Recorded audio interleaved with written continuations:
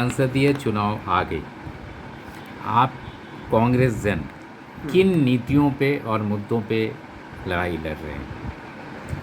अभी इस समय तो कांग्रेस के पास इतने मुद्दे हैं कि जिनको बोलना ही मतलब लिस्ट ख़त्म नहीं होगी।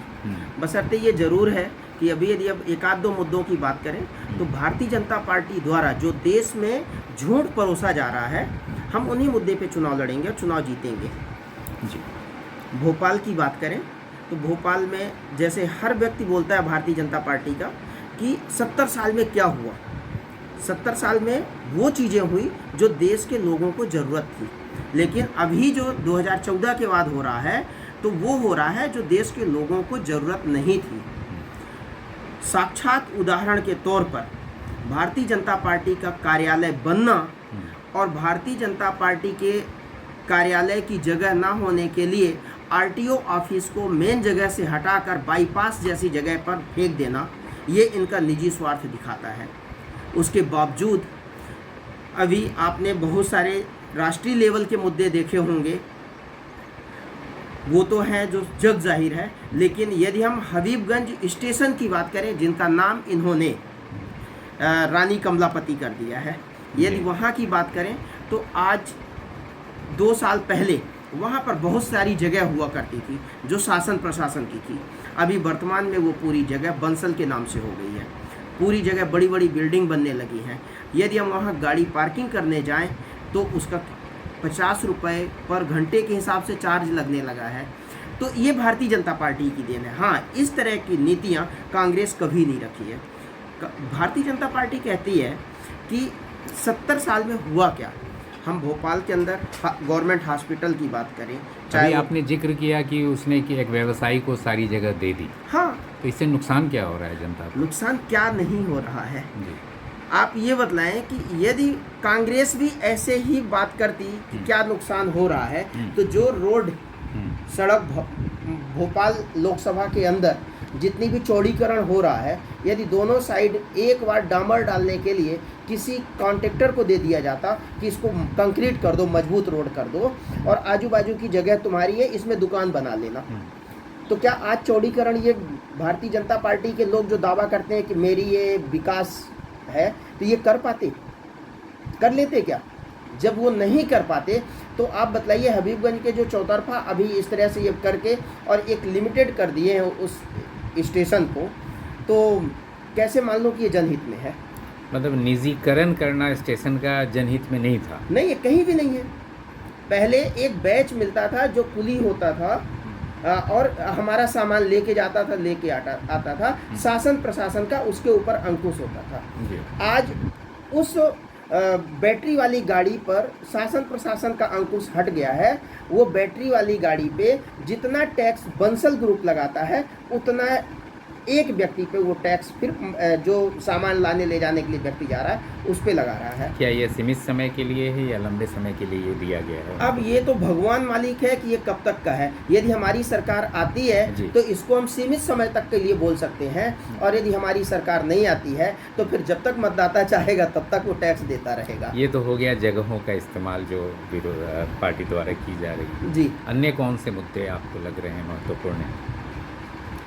मेरे लिए तो उनके झूठ के अलावा कोई और ऐसा मुद्दा नहीं है, क्योंकि वो जो भी काम कर रहे हैं केवल झूठ कर रहे हैं।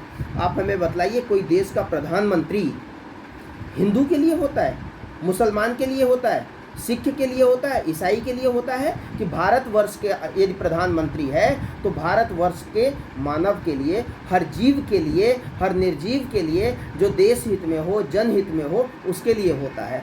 और जो देश का प्रधानमंत्री हिंदू करे तो हिंदू के लिए नहीं है, वो अपने निजी स्वार्थ के लिए इस तरह से कर रहा है। क्योंकि यदि ये हिंदू का इतना ही तैसी होता तो इनकी धर्म पत्नी भी किसी हिंदू की ही बेटी थी, उनका त्याग नहीं करते। ये जन उपयोगी बातें आप लगातार चर्चा कर रहे हैं जी, लेकिन आपके कार्यकर्ता तक इस बात को क्यों नहीं पहुंच रही है, और कार्यकर्ता इन बातों को जन जन तक पहुंचाने में देखिए क्यों असफल हैं या हतोत्साहित हैं? मैं आपको बतला दूं, आप एक पत्रकार भाई हैं, आप यूट्यूब चैनल चलाते हैं, आप हमारी बात हो सकता है कि पहुंचा पाएं, लेकिन हम राष्ट्रीय चैनलों की बात करें तो बात तो हम लोग रखते हैं, बात तो करते हैं, लेकिन हमारी बात को आगे प्रसारित नहीं किया जाता है, जिस वजह से ऐसे लगता है कि कांग्रेसी एक्चुअल जनहित के मुद्दों को उठाते नहीं हैं। जनहित के मुद्दे जितना कांग्रेसी नेता उठा रहे हैं, जितना कांग्रेसी कार्यकर्ता उठा रहे हैं, उतना कोई उठा ही नहीं रहा है, लेकिन उनकी आवाज़ दबा दी जाती है, जिस वजह से जनहित की बातें लोगों तक पहुंच नहीं पाती। एडिट किया हुआ वीडियो जरूर जनता तक पहुंचता है। जैसे राहुल गांधी जी द्वारा जब बोला जाता है कि आलू डालेंगे उधर सोना निकलेगा, और वो एक फैक्ट्री का उदाहरण लेते हैं कि किसी गांव में जहां आलू बनाया जा रहा है, उस आलू का जब हम यहाँ चिप्स की फैक्ट्री लगाएंगे और इधर से हम आलू डालेंगे और उधर से जो चिप्स निकलेगा उसकी कीमत एक सोने जैसे हो जाएगी, क्योंकि यदि 15 रुपये किलो आलू बेच रहे हो, वही चिप्स 5 ग्राम आलू का बनाया हुआ चिप्स 25 रुपये 20 रुपये का पैकेट में जाता है। तो उसको उनने उदाहरण लिया। तो एक पढ़ा हुआ व्यक्ति और एक लड़ा हुआ व्यक्ति में यही अंतर होता है। तो हमारे नेता पढ़े हुए हैं और कांग्रेस के केवल नेता पढ़ाई नहीं बल्कि लड़ाई किए हुए हैं, लोगों को भांपते हैं और उनके भावनाओं के साथ में खेलते हैं। आज आपकी विकास की बातें जो आप कर रहे हैं उससे आपके ही वरिष्ठ नेता क्यों असहमत हो गए और लगातार पतझड़ के जैसा आपकी पार्टी छोड़ के जा रहे हैं? ना, वो हमारे नेता थे, मैं ये नहीं नकारूंगा कि हमारे नेता नहीं थे, लेकिन हमारी नीतियों से वो त्रस्त हो गए, ऐसा कहना गलत होगा। चूँकि एक उम्र दराज में है, उनकी लड़ने की क्षमता उतनी बची नहीं है, और इनके जो कुछ हथियार हैं ईडी जैसे, और जेल में डाल देना, लोगों पे आर्थिक तंगी, लोगों को चोर साबित करना, जबकि वो हो या ना हो। यदि ऐसा कुछ होता, उदाहरण के तौर पर हम बात करें दिल्ली के मुख्यमंत्री की, मुख्यमंत्री जेल चले गए, तो हमारे मध्य प्रदेश के पूर्व मुख्यमंत्री शिवराज सिंह चौहान जेल आज तक क्यों नहीं गए? उन पर क्यों निष्पक्ष आज तक कोई जांच नहीं हुई?